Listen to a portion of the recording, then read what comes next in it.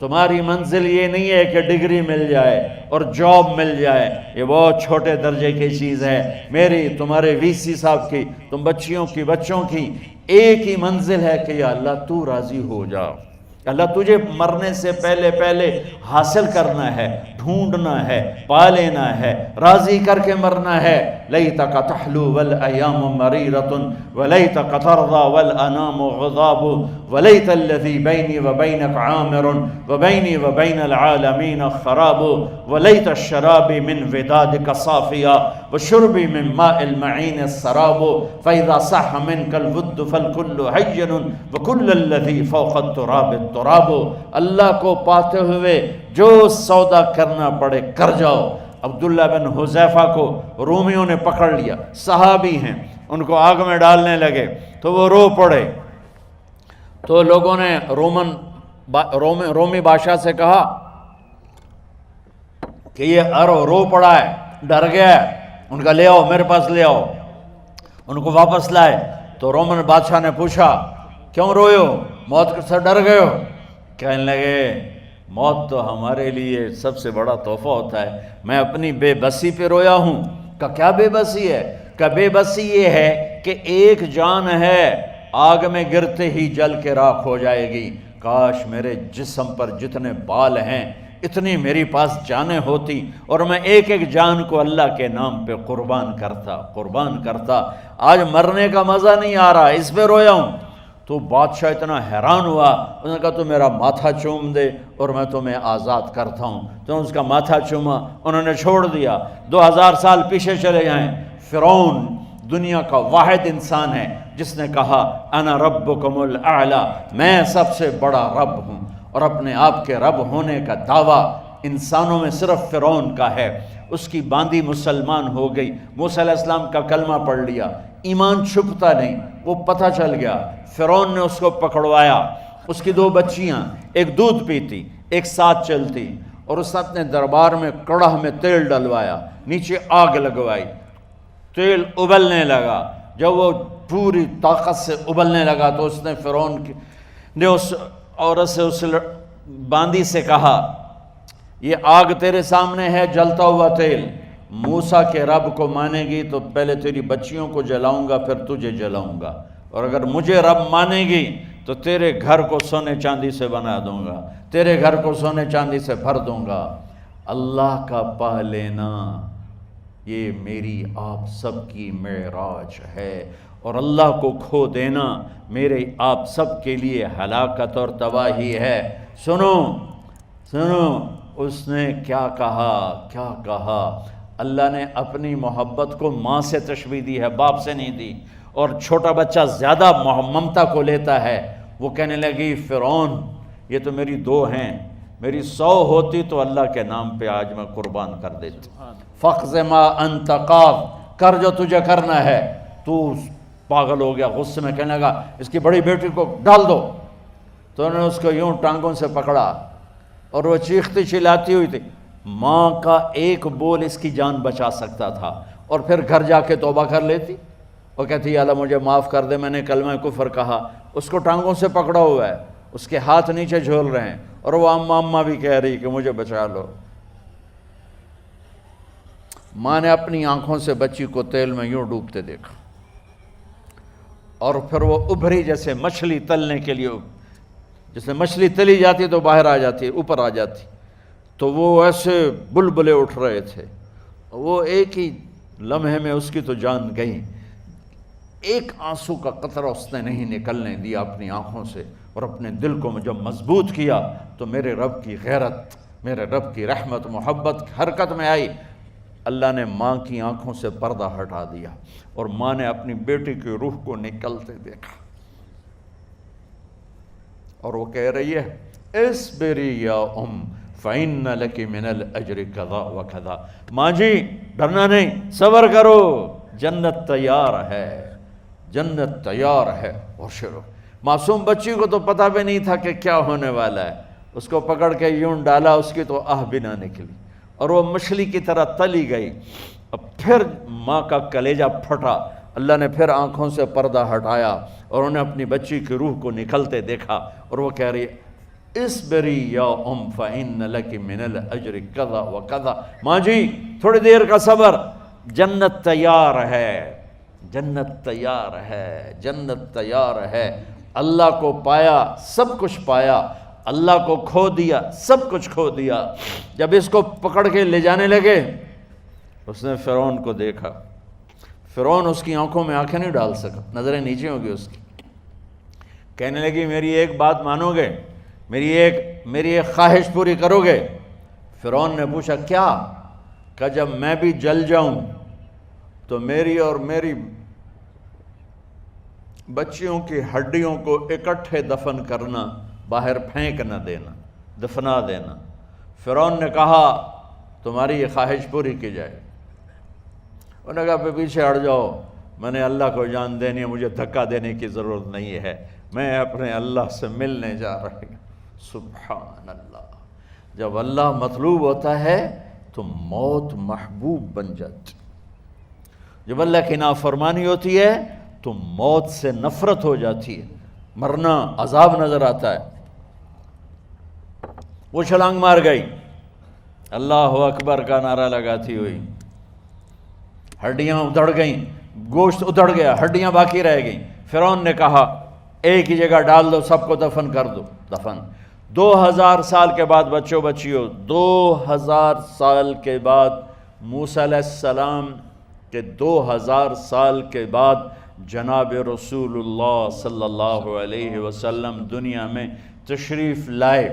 40 سال کی عمر میں نبوت ملی، 50 سال کی عمر میں معراج ہوا، 2050 سال کے بعد میرے نبی کی سواری بیت المقدس جا رہی ہے، اور بیت المقدس پر جب وہ اوپر پہنچے ہیں تو مصر وہاں سے قریب ہو جاتا ہے۔ جب وہ اترنے لگے تو میرے نبی نے کہا جبریل جنت کی خوشبو آ رہی ہے، جبریل جنت کی خوشبو آ رہی ہے۔ کہاں سے آ رہی ہے؟ ابھی تو جنت اوپر ہے، ابھی تو اوپر جانا ہے، تو یہ زمین سے جنت کی خوشبو کیا آ رہی ہے؟ تو جبریل نے عرض کی یا رسول اللہ، فرعون کی ایک باندی تھی جو اللہ سے سودا کر گئی جان کا اور اپنی بچیوں کا، اس کی بچیوں کی ہڈیوں کو جہاں دفن کیا گیا ہے، یہ خوشبو جس دن انہیں دفن کیا تھا اس دن سے لے کر آج تک یہ خوشبو آ رہی ہے، اور یہ قیامت تک آتی رہے گی۔ اللہ اپنے نام پہ قربان ہونے والوں کی یوں قیمت لگاتا ہے۔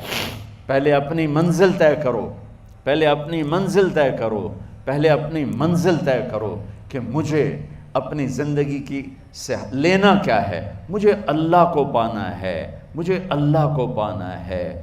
میں نے اللہ کی قسم، اگر اللہ راضی ہے تو پھر موت سے بڑھ کر کوئی تحفہ نہیں، اس سے بڑھ کر کوئی خوبصورت پیغام نہیں، اور اگر اللہ ناراض ہے تو موت سے خوفناک کوئی پیغام نہیں۔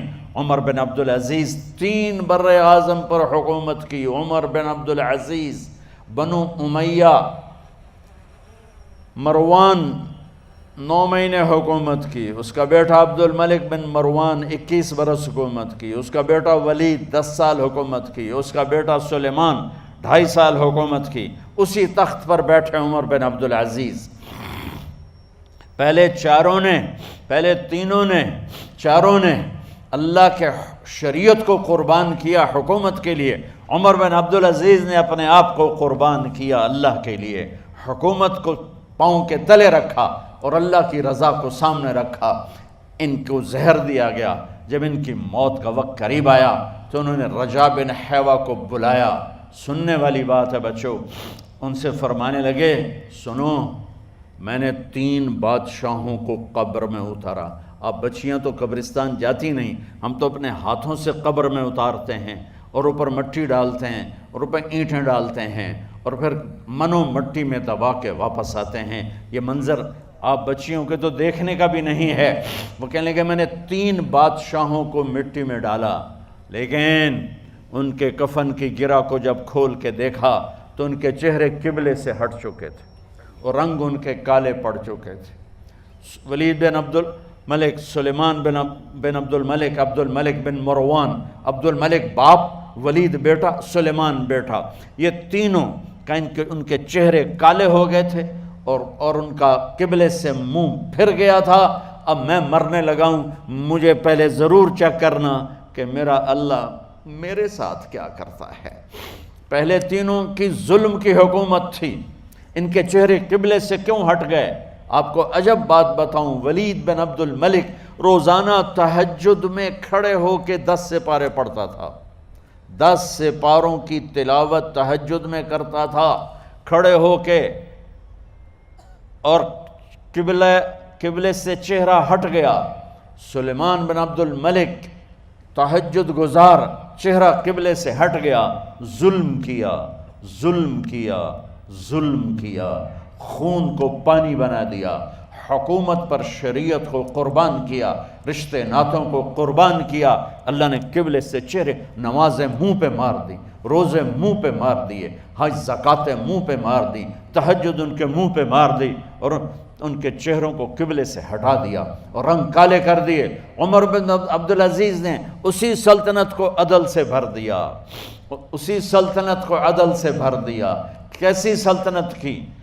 جب گورنر تھے تو 60 اونٹوں پہ سامان چلتا تھا، جب امیر المومنین بنے تو بچے کہنے لگے ماں سے، بچے بچیاں 12 تھے، ماں سے کہنے لگے کہ عید کا موقع آ رہا ہے، ابا سے کہو ہمیں نئے کپڑے تو لے کر دیں۔ ان کی ماں کا نام ہے فاطمہ، بچوں کی ماں کا نام فاطمہ بنت عبد الملک۔ یہ دنیاوی سٹیٹس میں سب سے بڑی خاتون گزری ہے، آج تک اس کے لیول کی کوئی عورت نہیں آئی۔ دادا بادشاہ، باپ بادشاہ، 4 بھائی بادشاہ، 6 خامند بادشاہ، 7 نسبتوں سے یہ عورت شہزادی رہی ہے۔ حضرت عمر گھر آئے، بیگم نے کہا بچے کپڑے مانگ رہے ہیں۔ حضرت عمر کہنے لگے میرے پاس تو پیسے نہیں ہیں، تنخواہ میں تو مشکل سے روٹی پوری ہوتی ہے، کہاں سے لے کر دوں؟ تو تھوڑی دیر خاموش رہیں بیگم، پھر کہنے لگی آپ ایسا کریں اگلے مہینے کی سیلری ایڈوانس لے لیں، اس سے میں کپڑے لے لیتی ہوں اور روٹی کا خرچہ میں مزدوری کر کے گھر بیٹھے مزدوری کر کے چلا لوں گی، آپ 1 مہینے کی تنخواہ ایڈوانس لے لیں۔ حضرت عمر بن عبدالعزیز واحد خلیفہ ہیں جن کے دور میں 3 بر اعظم میں زکوٰۃ لینے والا باقی نہیں بچا تھا۔ یہاں لاہور بھی ان کی حکومت کے نیچے تھا، جنوبی اسپین فرانس ان کی حکومت کے نیچے تھا، کاشغر تک ان کی حکومت کے نیچے تھا، استنبول کے دروازوں تک ان کی حکومت تھی۔ 3 بر اعظم میں ایک آدمی زکوٰۃ لینے والا نہ بچا، اور اپنا حال یہ ہے کہ بیگم سے کہہ رہے ہیں پیسے کوئی نہیں، کپڑے کہاں سے لے کر دوں؟ اور بیگم طریقہ بتا رہی ہے کہ آپ اگلے مہینے کی تنخواہ ایڈوانس لے لیں، اس سے میں کپڑے لے لوں گی، اور چولہے کا خرچہ، روٹی کا خرچہ میں گھر بیٹھ کے مزدوری کر کے کما لوں گی۔ تو حضرت عمر کہنے لگے ہاں یہ ٹھیک ہے۔ باہر آئے وزیر خزانہ مزاحم، انہیں بلایا کہ بھائی ہمیں اگلے مہینے کی تنخواہ ایڈوانس چاہیے، یہ تنخواہ والے لوگ بیٹھے ہوئے تنخواہیں لیتے ہیں۔ اس نے کاغذ قلم آگے رکھ دیا، کہا حضرت یہاں لکھ کے دے دیں آپ 1 مہینہ زندہ رہیں گے میں تنخواہ دے دیتا ہوں، اب مجھے لکھ کے دے دیں آپ 1 ماہ زندہ رہیں گے میں آپ کو تنخواہ دے دیتا ہوں۔ چپ کر کے اٹھے، ایک لفظ نہیں بولے، گھر گئے۔ حضرت اپنی بیگم فاطمہ سے کہا بیگم بچوں سے کہہ دو کہ باپ کے پاس کپڑے لے کر دینے کی سکت نہیں ہے، اور خزانے ایسے بھرے پڑے تھے کہ زکوٰۃ لینے والا کوئی نہیں تھا۔ عید کی نماز ہوئی، نماز کے بعد جب ساری فیملی ملنے آئی اور بچے بھی ملنے آئے تو ان کو دیکھ کر ان کی آنکھوں میں آنسو آ گئے۔ کہنے لگے بچوں آج تمہیں دکھ تو ہوگا اپنے باپ پر کہ ایک جوڑا کپڑا بھی لے کر نہ دیا عید کا۔ تو ان کے ایک بیٹے نے کہا ابا جان آج ہم بڑے خوش ہیں، ہمارا سر اونچا ہے کہ ہمارے باپ نے مسلمانوں کے مال پہ ڈاکہ نہیں ڈالا، ہمیں قربانی کا بکرا بنایا، لیکن مسلمانوں کے مال میں خیانت نہیں کی۔ یہ ان کا طرز حکومت تھا، اس طرح انہوں نے حکومت کی۔ گھر میں تشریف لائے تو بیٹیوں سے بات کی تو انہوں نے منہ پہ ایسے دوپٹہ رکھا ہوا، منہ پہ دوپٹہ رکھ کے بات کریں تو فرمانے لگے کپڑا تو ہٹاؤ، دوپٹہ کیوں رکھا ہوا ہے؟ تو گھر کی خادمہ زور زور سے رونے لگی، کہنے لگی امیر المومنین آج آپ کی بیٹیوں نے کچا پیاز توڑ کے روٹی کھائی ہے تو وہ اس کی بو ہے منہ میں، آپ کو بو سے نفرت ہے اس لیے منہ پہ کپڑا رکھ لیا ہے۔ تو حضرت عمر اتنا روئے کہ ان کی داڑھی تر ہو گئی۔ کہنے لگے آخر میں جب تھوڑا آسرے میں آئے، کہا میری بیٹیوں تمہارا باپ تمہیں بڑے اچھے کھانے کھلا سکتا ہے لیکن میں جہنم کو برداشت نہیں کر سکتا، میں جہنم کی آگ برداشت نہیں کر سکتا۔ اب مرنے کا وقت آ گیا۔ جب وہ گورنر تھے تو 60 اونٹوں پہ ان کا سامان چلتا تھا، اور جب وہ امیر المومنین بنے تو عیادت کے لیے لوگ آ رہے تھے، تو سالے عیادت کے لیے آئے، فاطمہ کے بھائی، کپڑے دیکھے امیر المومنین کے تو بہن کو ایک طرف کر کے فرمایا، بڑے نیک سرداروں میں سے تھے یہ مسلمہ بن عبد الملک، کہنے لگے امیر المومنین کے کپڑے تبدیل کروا دو، لوگ پوچھنے آ رہے ہیں تو میلے کپڑے اچھا نہیں لگتا۔ کہا جی بھائی کرواتی ہوں۔ اگلے دن جب وہ حال پوچھنے آئے تو پھر وہی کپڑے تھے، تو انہوں نے ان کو الگ جا کر کہا بہن میں نے تمہیں کہا تھا کپڑے بدلوا دیتی، کیوں نہیں بدلوائے؟ تو وہ رونے لگیں، کہنے لگی کہاں سے بدلواؤں، جوڑا ہی ایک کہاں سے بدلواؤں؟ اور حکومت کتنی تھی؟ 3 بر اعظم کی، 3 بر اعظم کی حکومت۔ ہمارا تو پٹواری امان کا نہیں ہے، اور وہ 3 بر اعظم کی سلطنت لے کر ایک جوڑے میں اللہ سے ملنے جا رہا ہے۔ جب ان کا انتقال ہوا، سلیمان بن عبد الملک کی ڈیڈ باڈی جب قبر کے قریب لائے اتارنے کے لیے تو ایسے ایسے ہلنے لگا، اس کا پورا جسم ہلنے لگا۔ تو اس کے بیٹوں نے کہا کہ ہمارے ابا زندہ ہیں، تو حضرت عمر نے فرمایا بیٹو زندہ نہیں ہیں، عذاب قبر جلدی شروع ہو گیا ہے، عجل اللہ بالعقوبہ، قبر کی پکڑ پہلے شروع ہو گئی ہے، چھپاؤ اپنے باپ کو جلدی۔ جب عمر بن عبدالعزیز کی ڈیڈ باڈی قبر کے قریب کی گئی اور ان کا بھائی اتارو، بھائی وہ باتیں شروع ہو جاتی ہیں، رومال ڈالو، چادر پکڑو، ادھر سے پکڑو، تو ایک دم ایسے ایک پرچہ ہوا میں اڑتا ہوا سب نے دیکھا، وہ آتے آتے آتے آتے آتے آتے یوں آ کے حضرت عمر کے سینے پر گر گیا۔ سب دیکھ رہے ہیں۔ جب پرچے کو اٹھا کے دیکھا گیا تو اس پہ ایک سطر پہ لکھا تھا بسم اللہ الرحمن الرحیم، اور دوسری سطر پہ لکھا تھا براءۃ من اللہ لعمر بن عبد العزیز من النار، یہ عمر کے لیے جہنم کی آگ سے نجات کا پروانہ ہے۔ 3 بر اعظم کی سلطنت لے کر وہ جنت کا پروانہ لے کر دنیا سے گئے۔ جب ان کو قبر میں اتارا گیا تو انہوں نے رجا بن حیوہ سے فرمایا تھا 3 بادشاہوں کے چہرے دیکھے قبلے سے پھر گئے، رنگ کالے پڑ گئے، مجھے تم نے دیکھنا ہے کہ کیا ہوتا ہے؟ تو رجا فرماتے ہیں جب میں قبر میں اترا اور ان کے کفن کی گرہ کو کھول کے دیکھا تو چہرہ قبلے کی طرف فکس تھا، اور مجھے یوں لگا جیسے 14ویں رات کا چاند قبر میں اتر آیا ہو۔ میرے عزیزو، طلبہ و طالبات، اللہ کو اپنی منزل بناؤ، اللہ کو اپنی منزل بناؤ، اللہ کو اپنی منزل بناؤ۔